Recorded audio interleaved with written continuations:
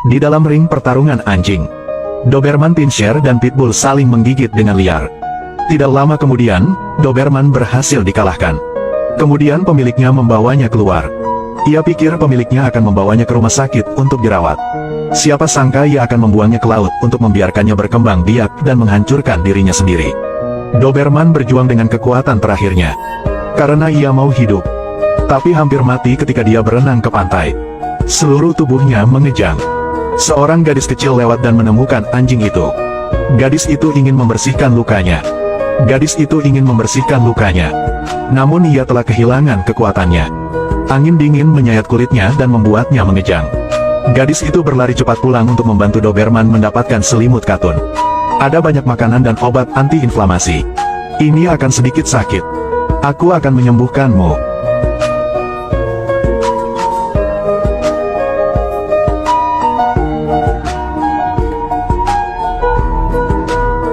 Doberman memandangi gadis aneh di depannya. Mata penuh rasa terima kasih. Karena dari kecil hingga dewasa, belum pernah ada orang yang memperlakukannya selembut itu. Meski ada pemiliknya, itu hanyalah alat untuk menghasilkan uang. Gadis itu pergi ke sekolah setelah meninggalkan makanannya di lantai. Keesokan harinya gadis itu datang lebih awal untuk menemui Doberman. Namun Doberman masih sedikit takut. Anjing itu bersembunyi di pojok dan tidak berani keluar. Gadis itu tidak melangkah maju. Sebaliknya dia meletakkan makanannya di tanah lalu pergi ke sekolah. Dia tidak tahu bahwa Doberman mengikutinya. Mungkin saat ini, Doberman telah mengidentifikasi pemilik barunya. Melihatnya pergi ke sekolah, Doberman duduk diam di gerbang sekolah menunggu gadis itu menyelesaikan sekolah. Lalu diam-diam mengikuti gadis itu. Ikuti sampai ke stasiun kereta bawah tanah.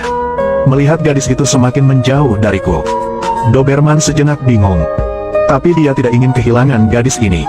Jadi ia mengerahkan seluruh keberaniannya dan melompat turun untuk mengejar kereta bawah tanah. Karena dia takut tidak akan pernah bertemu gadis itu lagi. Lanjutkan kejaran hingga pemberhentian berikutnya. Begitu gadis itu keluar dari mobil, dia melihat Doberman di seberangnya. Jadi memberi isyarat padanya untuk datang. Saat hendak lewat, ia diikat dengan tali oleh tongkat. Saat itulah gadis itu berteriak. Namun pada akhirnya semuanya sia-sia. Lalu pergilah ke tempat di mana anjing liar dipelihara. Ingin anterin Doberman pulang. Namun stafnya menolak karena dia tidak memiliki izin anjing. Karena tidak punya pilihan, gadis itu harus membuang kembaliannya ke tanah. Kesuksesan menarik perhatian karyawan. Kemudian buka kait pada pintu besi.